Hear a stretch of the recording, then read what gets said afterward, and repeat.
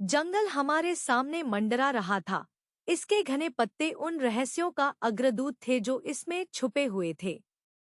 हमारे दोस्तों का समूह रोमांच की तलाश में और कैंपिंग के एक सप्ताहांत में बंधने के मौके की तलाश में निकला था।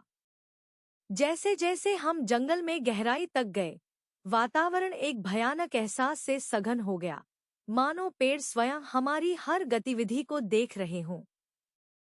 तभी हमारी नजर एक प्राचीन अनुष्ठान स्थल पर पड़ी, जो एक लंबे समय से भूली हुई सभ्यता के अवशेष थे। हवा इतिहास के बोझ से बोझिल थी, और हम इस भूमि के प्रति श्रद्धा की भावना महसूस करने से खुद को नहीं रोक सके। जैसे जैसे रात ढलने लगी, हम आग के चारों ओर इकट्ठा हो गए, कहानियों की अदलाबदली करने लगे और मूड को हल्का करने की कोशिश करने लगे। लेकिन ऐसा लग रहा था कि अंधेरा हमारे चारों ओर दब रहा है, जिससे हमें ऐसा महसूस हो रहा है जैसे हमारा धीरे धीरे दम घुट रहा है। तभी हमने फुसफुसाहट सुनी, पत्तों की हल्की सरसराहट जो एक चेतावनी की तरह लग रही थी। हमने इसे हवा समझकर टालने की कोशिश की, लेकिन अंदर ही अंदर हम जानते थे कि यह कुछ और है।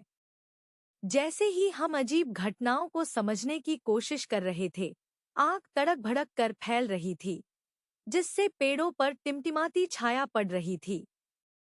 हमारी एक मित्र, सारा, बहुत अधिक उत्तेजित हो गई।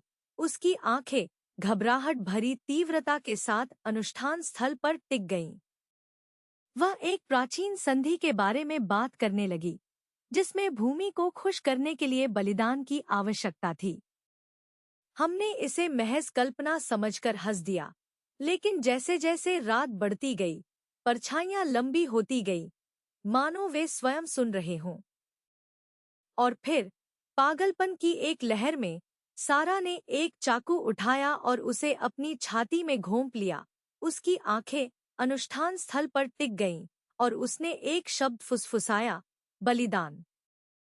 जैसे ही हम डर के मारे वहां खड़े हो गए, जंगल शांत हो गया। फुसफुसाहट बंद हो गई, जैसे कि वे इस पल का इंतजार कर रहे थे। और फिर जैसे ही हमने सोचा कि सब कुछ खत्म हो गया, पेड़ फिर से फुसफुसाने लगे।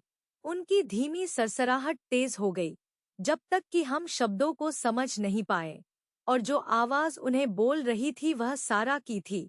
कह रही थी कि मैं अभी भी यहाँ हूँ।